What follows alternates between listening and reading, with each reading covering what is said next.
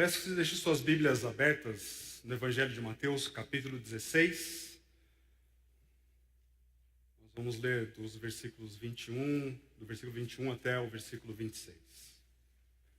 Mateus, capítulo 16, 21 ao 26. Agora, no começo do ano, eu e minha família, nós tiramos férias. Tão aguardadas férias. E nós viajamos. E nessa viagem, nós rodamos pelo menos em torno de 1.800 quilômetros. Bastante. Muitas horas de viagem longa, e tivemos o nosso descanso. Nós alcançamos nosso objetivo de renovar nossas forças e voltarmos para Bragança. Agora, eu seria imprudente se eu fosse fazer essa viagem tão longe, sem fazer uma revisão no meu carro. Sem eu reservar um determinado momento, levar meu carro no mecânico, ele fazer uma revisão, ele avaliar o meu carro, para ver como que ele estava, para aí eu poder fazer a viagem. Teve alguns pequenos reparos, coisa não tão preocupante, mas eu seria negligente se eu fosse fazer essa longa viagem sem fazer uma revisão. Eu poderia correr riscos, afinal eu não estava sozinho, estava com a minha esposa e com os meus filhos. E eu não poderia correr esse risco de repente, na estrada, parar, ter algum problema que poderia ser solucionado se eu tivesse feito uma revisão. Isso também ilustra a nossa caminhada cristã. Eu tive um pastor que ele falava que a caminhada com Cristo, a vida cristã, ela é longa, difícil, perigosa, mas com um final glorioso. A nossa jornada é longa. A jornada daqueles que são discípulos com Jesus é uma jornada longa. E nessa jornada longa seria imprudente se você não fizesse uma avaliação da sua fé. Nessa noite eu quero propor isso, que nós avaliemos a nossa fé. O apóstolo Paulo, em 2 Coríntios 13:5, diz assim: examinem-se para ver se vocês estão na fé. Provem-se a si mesmos. Examinem-se para ver se vocês estão na fé. Provem-se a si mesmos. Mês a mês, nós somos desafiados a examinarmos a nós mesmos. Domingo passado foi isso. Na mesa do Senhor, nós somos convidados a fazer uma avaliação da nossa caminhada até ali. E também de nós renovarmos o nosso compromisso com Cristo. Só que também corremos o risco de mês a mês participarmos da ceia e sermos negligentes com essa avaliação. Eu tenho um costume, algo meu, de semestre a semestre, sempre ler um livro que me desafia a renovar a minha fé, avaliar a minha fé. E eu quero propor isso para vocês. Domingo passou, espero que vocês tenham feito isso da maneira correta. Avaliar sua fé, examinar, confessar diante de Deus a sua culpa, receber do Senhor mais uma vez a verdade do perdão, que a paz venha sobre você, sobre o seu coração, e você participar da ceia renovando o seu compromisso com Cristo. Caso isso não aconteceu, como deveria ter acontecido, o Senhor dá mais uma oportunidade nessa noite. E eu creio que para nós avaliarmos a nossa caminhada, a nossa jornada com Cristo, hoje o que nos é desafiado, a mim e a você, é verificar se nós estamos vivendo como discípulos de Jesus. Nessa avaliação, você vai analisar comigo hoje se você está na fé, como diz o apóstolo Paulo, provar a si mesmo, olhando para um texto do Evangelho de Mateus, a respeito do discipulado, das características do verdadeiro discípulo de Jesus. Topa um desafio de fazer essa avaliação nessa noite? De avaliar se você está na fé, se você realmente abraçou ou abraçou, mas tem vacilado, tem andado um pouquinho mais para um lado, para o outro, e não centralizado na verdade de Cristo? Então vamos ler o texto juntos. Leiam comigo. A partir do versículo 13. Mateus 16, a partir do 13. E chegando Jesus às partes de Cesareia de Filipe, interrogou os seus discípulos, dizendo: quem diz os homens ser o Filho do Homem? E eles disseram: uns, João Batista, outros, Elias, e outros, Jeremias ou um dos profetas.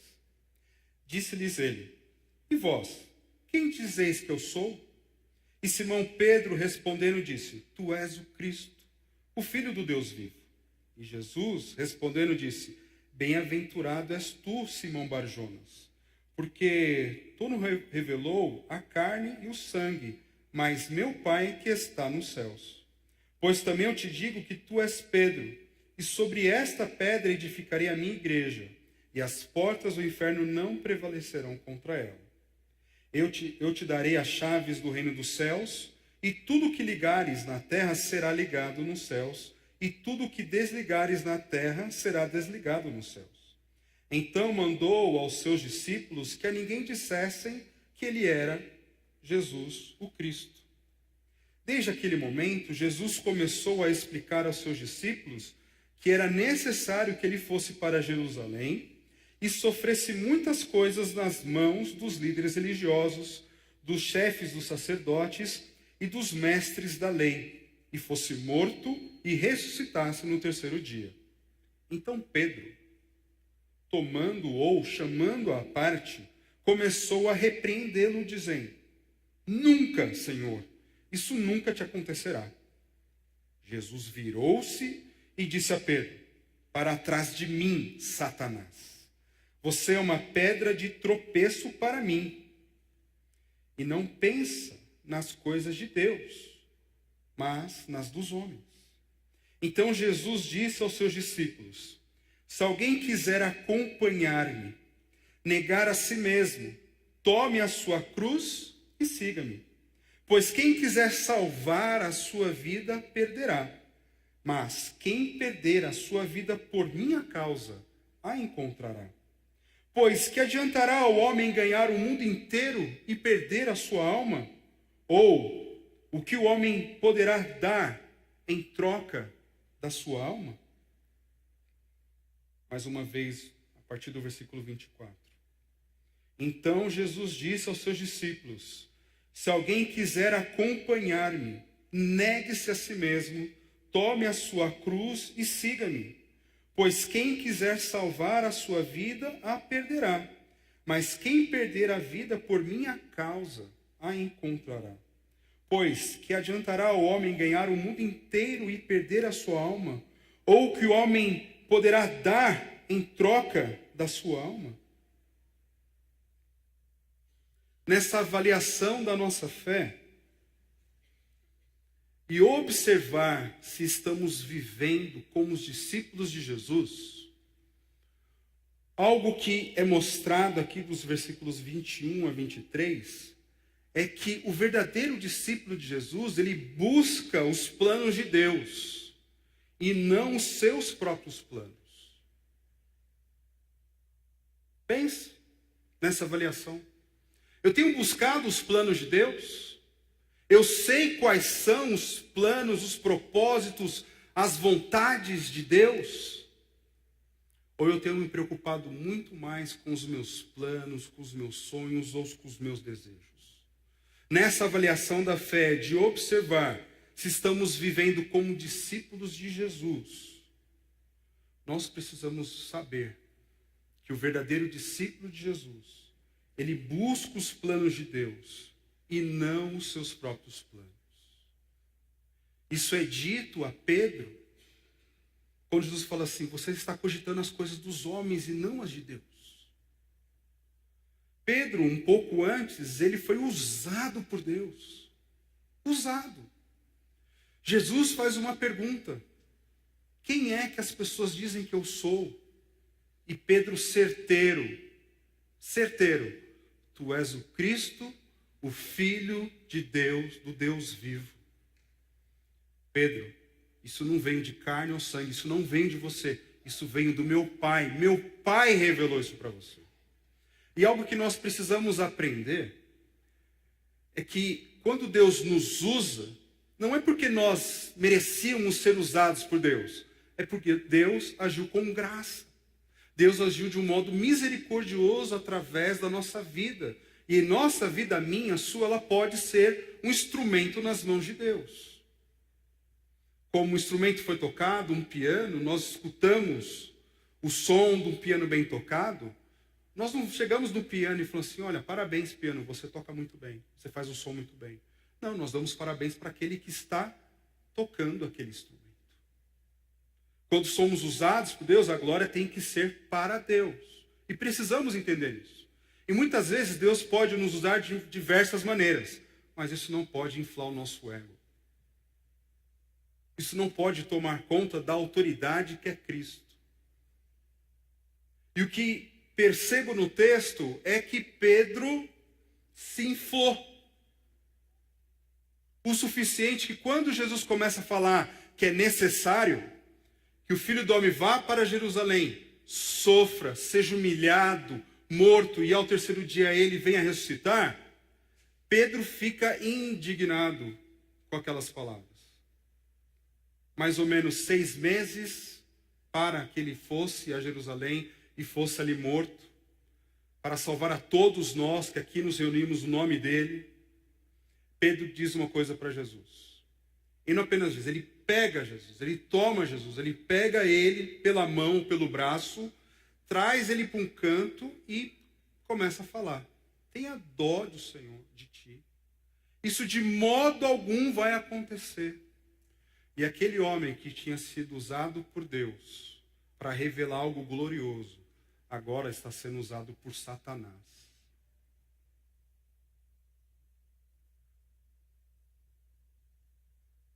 Nós precisamos ter cuidado com a nossa vida de cristã, porque a nossa vida cristã ela não deve ser vivida nos nossos achismos. Podemos ter experiências e fazer bom uso delas, mas as nossas experiências precisam ser filtradas pela palavra de Deus. Filtradas. O próprio apóstolo Paulo, ele teve uma experiência tremenda no Monte da Transfiguração, que acontece ali depois. E na sua carta ele fala que a maior revelação não é a experiência, mas sim a palavra de Deus, que Deus conduziu pessoas, moveu pessoas para escrever, para nos trazer a sua revelação específica, direta, que é a palavra, que é a Bíblia, as Sagradas Escrituras. Ele fala que a palavra tem maior peso do que experiências. E olha a experiência que ele teve. Uma baita de uma experiência. Precisamos ter cuidado com elas. A nossa fé ela deve ser firmada na palavra de Deus, na revelação de Cristo. E ali Pedro, ele acaba dando um escorregão. E ouve isso de Jesus.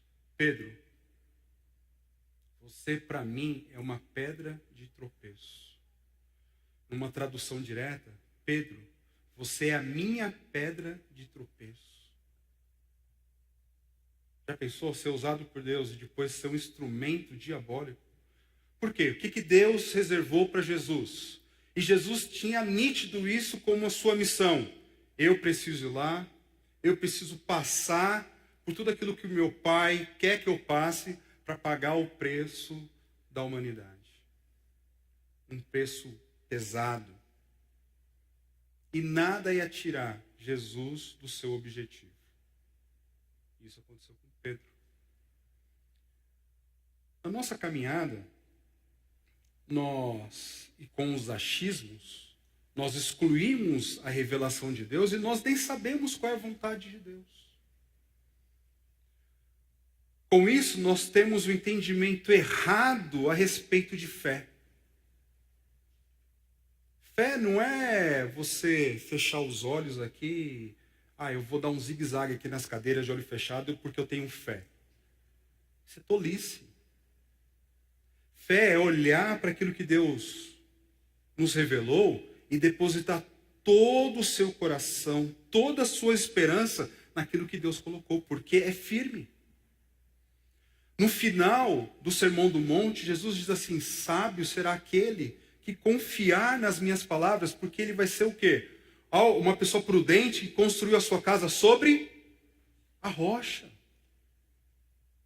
Mas os tolos ignoram a palavra de Jesus e eles estão construindo a sua casa na areia.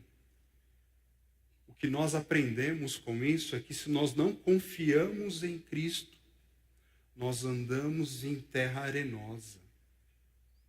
Porque Jesus é rocha. Só Ele é rocha, só Ele é segurança, só Ele eu posso confiar. E o resto é areia. Jesus é rocha, o resto é areia. É areia. Nessa avaliação da minha fé, se eu não confio em Jesus, eu só estou derrapando. Só estou derrapando. Talvez você fale: não, mas meus negócios estão bem, eles estão prosperando, está tudo dando certo. Em casa meus filhos já não reclamam mais de nada, está uma beleza. Mas se a sua confiança, o seu coração, a sua esperança está firmada em coisas que não é Cristo, você está em terra arenosa. Uma hora vai vir a tempestade e as coisas não vão dar certo.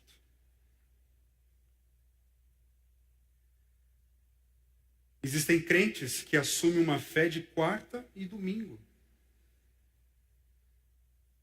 Isso é perigoso.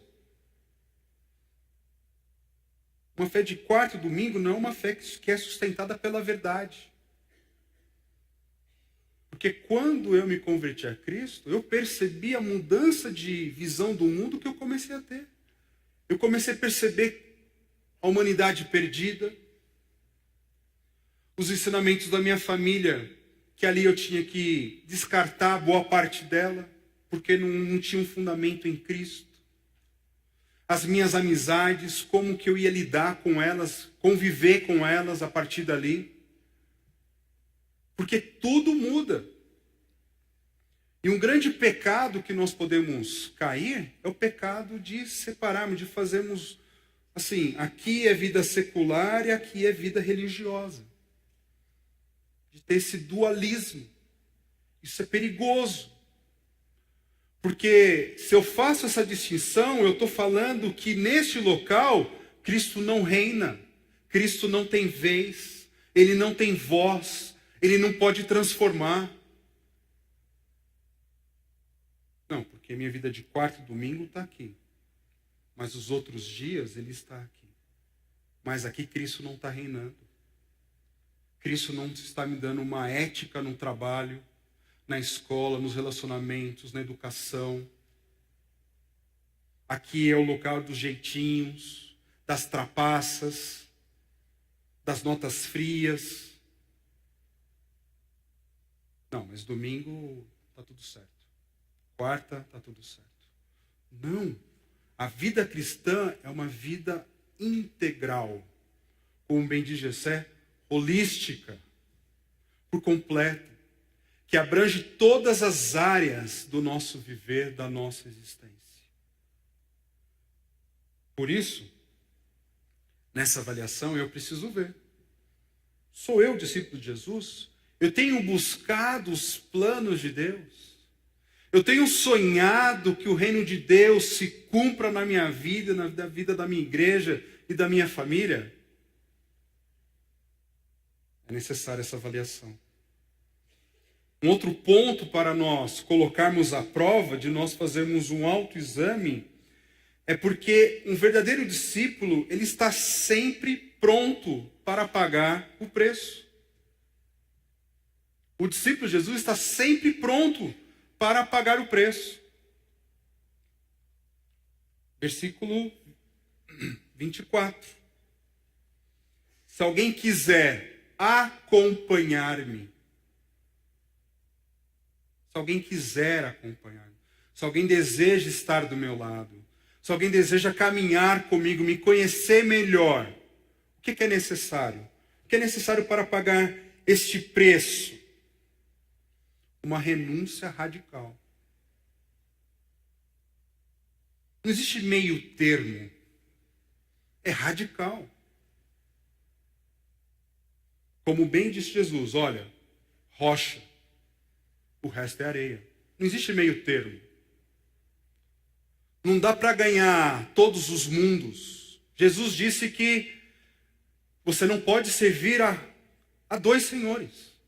Você não pode servir a Deus e às riquezas, a Deus e a outros ídolos que têm ganhado espaço em corações, nos corações de crentes.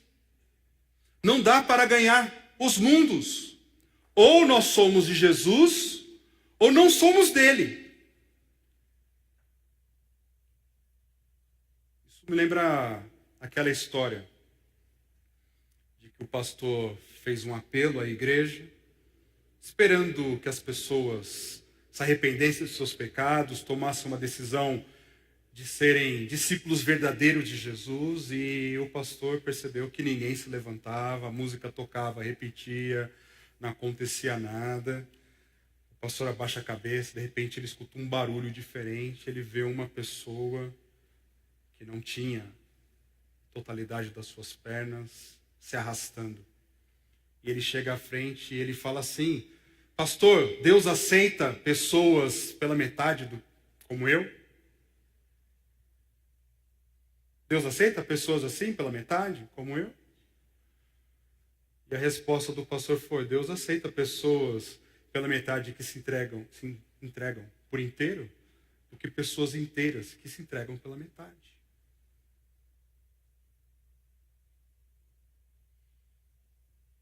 É uma renúncia radical. É uma renúncia onde eu tenho que olhar para mim mesmo. Onde eu tenho que pesar as minhas vontades ou a de Cristo. Um verdadeiro discípulo de Jesus, ele não fala assim: eu sei que estou errado. Eu sei que eu estou errado, tá? Mas eu continuo no erro. Não. Um verdadeiro discípulo de Jesus, ele olha para aquilo que está errado, ele derruba aquilo e corre direto para os braços do Salvador.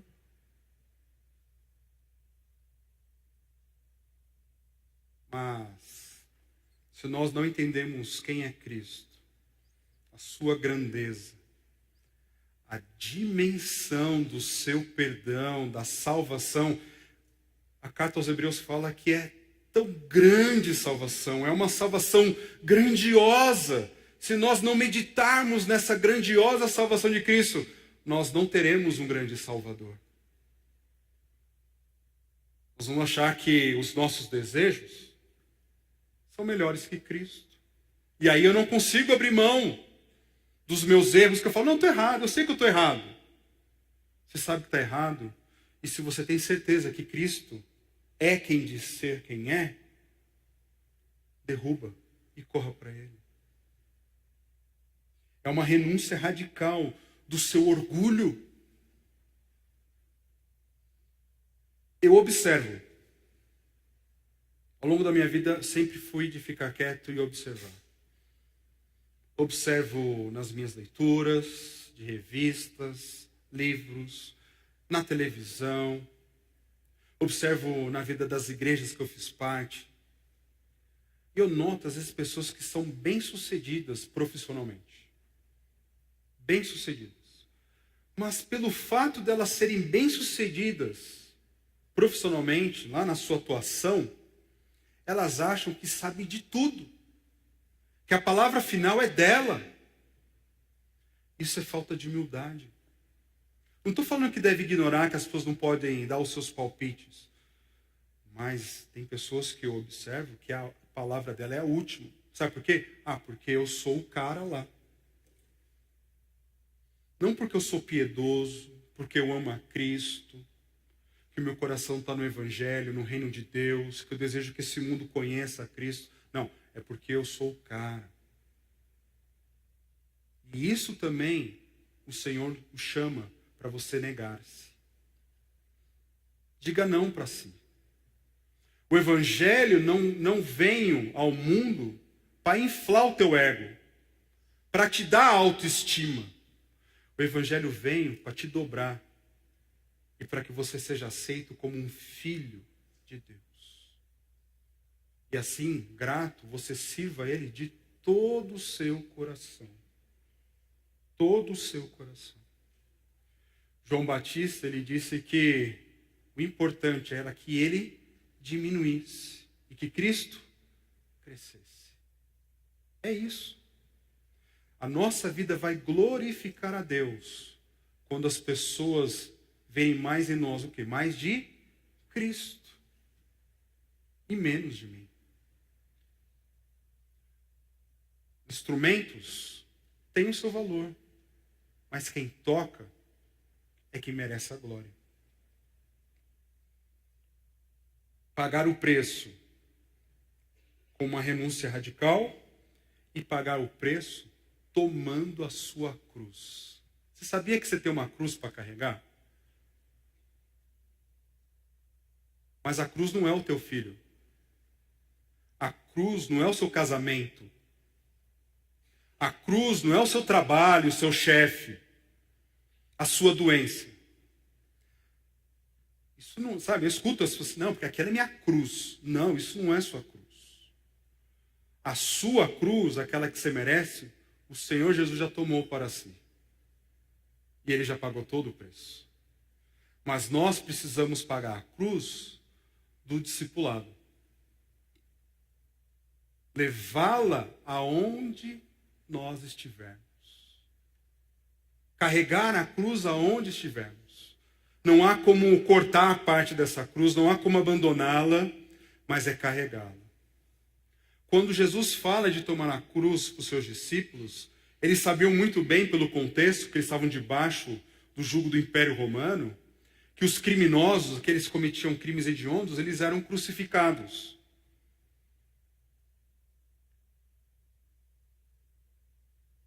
E na execução, eles carregavam a cruz. Eles carregavam, como nós sabemos de Jesus, que ele carregou a cruz. Mas eles eram obrigados a carregar a cruz. Os outros soldados estavam lá, forçando, o machucando, para que ele tivesse que carregar a sua própria morte. O discípulo de Jesus, ele carrega a cruz voluntariamente.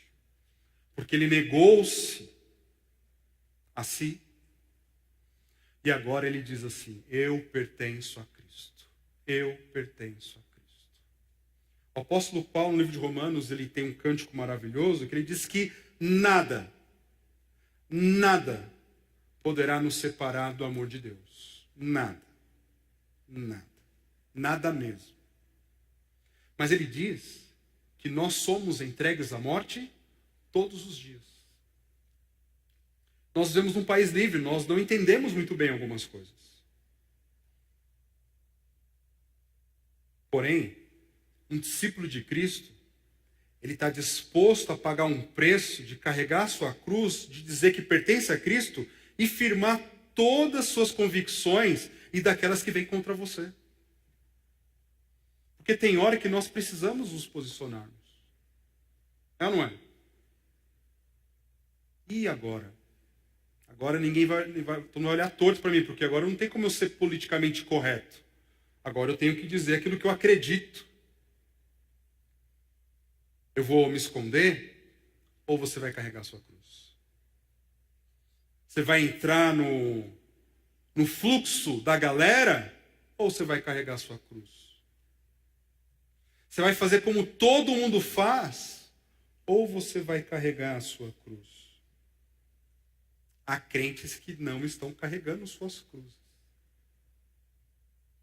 Você está carregando a sua cruz? É autoavaliação, certo? É autoavaliação. Sou um discípulo de Jesus? Tenho buscado os planos de Deus ou os meus próprios planos?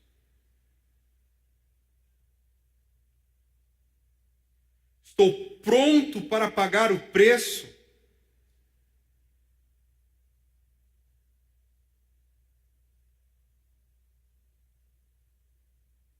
Se eu sei que eu devo fazer algo, eu tenho que fazer. Não posso deixar para depois. Grande tolice na vida de um crente. Eu acho que é o cúmulo da tolice. é quando ele ora mentindo e acha que Deus caiu na dele. Tolice. Ó, senhor, sabe o que é? E rola o lero, lembra rolando o lero? Vai falando, tentando enrolar, começa a racionalizar, começa a colocar coisas diante e acha que Deus está caindo na dele como os outros caem. Tolice. Teve uma passagem na Bíblia, tem uma passagem na Bíblia, um jovem, que ele tentou fazer isso, mas eu cumpro todas as leis desde pequeno. Ó, passei. Ah, é? Deixa eu olhar teu coração. Falta-te uma coisa. O quê? Vende tudo que tem, dê aos pobres e siga-me. O que ele fez? Ele abandonou e correu para Jesus? Não. Ele se entristeceu e foi para o outro lado. Aí Jesus fala, como é difícil os ricos, como é difícil os idólatras, como é difícil aquele que tem outros deuses além de mim serem salvos.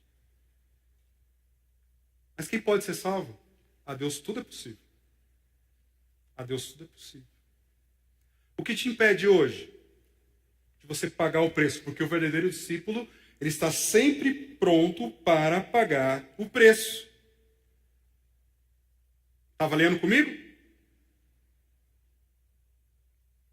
Último ponto dessa avaliação, se sou um discípulo de Jesus, é uma frase de Jim Elliot, que ele fala assim: não é tolo aquele que entrega o que não pode reter para ganhar o que não pode perder. Jim Elliot, ele foi um missionário nos anos 50. Ele e um grupo de americanos, eles foram evangelizar no Equador, né? Com os índios Aucas. Eles ficaram ali bastante tempo, ninguém ainda tinha conseguido se aproximar dessa tribo para poder evangelizá-los. Eles conseguem, mas no dia que eles se aproximam, eles são mortos. Todos eles, todos esses missionários, eles são mortos. E Deus faz algo tremendo, porque a esposa de Jim Elliot, eu não lembro o nome dela, Elizabeth. Bem, a esposa dele decide, não, eu vou evangelizar esse pessoal, eu vou amá-los. E ela, um grupo de mulheres vão lá, eles eram mais receptivos com mulheres, eles entram naquela aldeia e a aldeia inteira é convertida ao evangelho. Mas Jim Elliot, aquilo que ele falou um pouco tempo antes de ir para o Equador para poder evangelizar, foi algo que ele fez. Ele entregou algo que ele não podia reter. Quem é que pode segurar a sua vida? Quem é que vai falar assim, eu vou morrer com 110 anos, porque eu determinei? Tolice. Então, quando a gente olha para o Evangelho, um discípulo, ele entrega a Cristo aquilo que ele não pode reter, que ele não pode manter com ele, que é a sua vida. Mas, ele pode ganhar, ter aquilo que ele não pode perder. Porque o Senhor Jesus disse que aquele que perde a sua vida por amor a Ele, ganhou. Lembra que eu falei? Jesus é um grande Salvador. Jesus é tudo o que eu e que você, que nós precisamos. Ele basta, Ele é suficiente, Ele é completo, Ele é perfeito.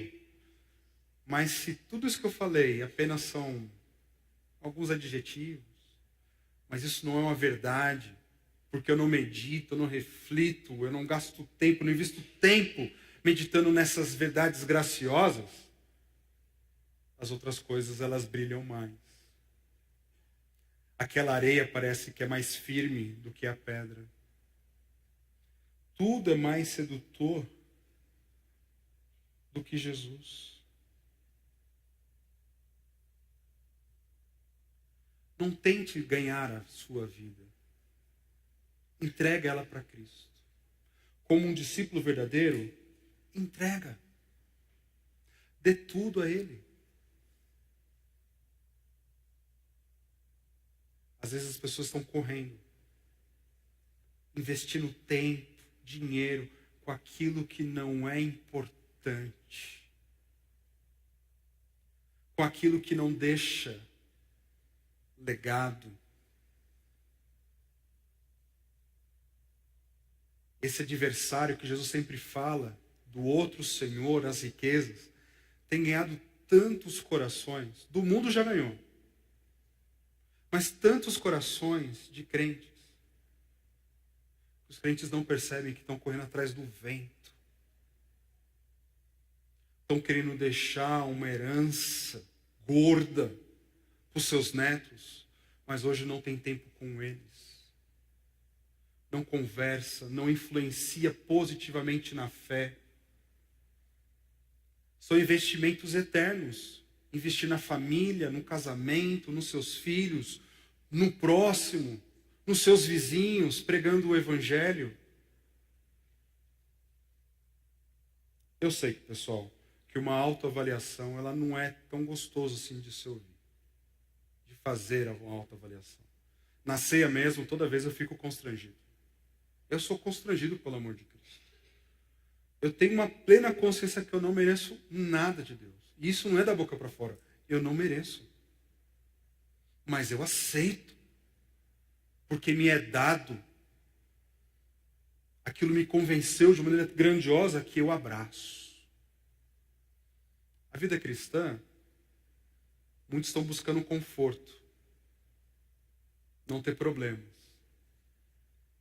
Eu acho que foi C.S. Lewis que disse que se é isso que você busca no cristianismo, ela não é uma boa religião para você. Porque nós não teremos tanto conforto quanto nós desejamos. Não é errado buscar conforto. Mas achar que por ser crente você não vai ter nenhum problema, isso é um problema para você. O nosso mestre sofreu e nós como discípulos podemos passar por isso também. Eu queria terminar lendo para vocês, acho que eu coloquei para projetar, uma oração dos puritanos, que é o Vale da Visão, que ele busca mostrar esse contraste daquilo que é difícil, mas mostrando que em Cristo isto é muito bom. Diz assim: Senhor, alto e santo, manso e humilde, tu me trouxeste para o Vale da Visão onde eu vivo. Embora nas profundezas, vejo-te nas alturas. Cercado por montanhas de pecado, eu contemplo a tua glória. Permita-me aprender pelo paradoxo que o caminho para baixo é o caminho para o alto. Que ser rebaixado é ser elevado. Que o coração quebrantado é o coração curado. Que o espírito contrito é o espírito alegre. Que a alma arrependida é a alma vitoriosa. Que não ter nada é possuir tudo. Que carregar a cruz é usar a coroa. Que dar é receber. Que o vale é o lugar da visão. Senhor, durante o dia as estrelas podem ser vistas nos poços mais fundos. E quanto mais profundos os poços, mais brilhantes tuas estrelas resplandecem. Conceda-me encontrar tua luz em minha escuridão, tua vida em minha morte, tua alegria em minha tristeza, a tua graça em meu pecado, tuas riquezas em minha pobreza, a tua glória em meu vale. Entrega, o verdadeiro discípulo, ele entrega o que não pode reter, para ganhar o que não pode perder. Ele está sempre pronto para pagar o preço de uma decisão radical, de negar a si mesmo, de tomar sua cruz diariamente. O Evangelho de Lucas diz isso. Diariamente tomar sua cruz. E ele busca os planos de Deus e não os seus próprios planos. Eu já fiz minha autoavaliação hoje à tarde. Novamente agora com vocês. É um tempo para nós orarmos. Façamos assim.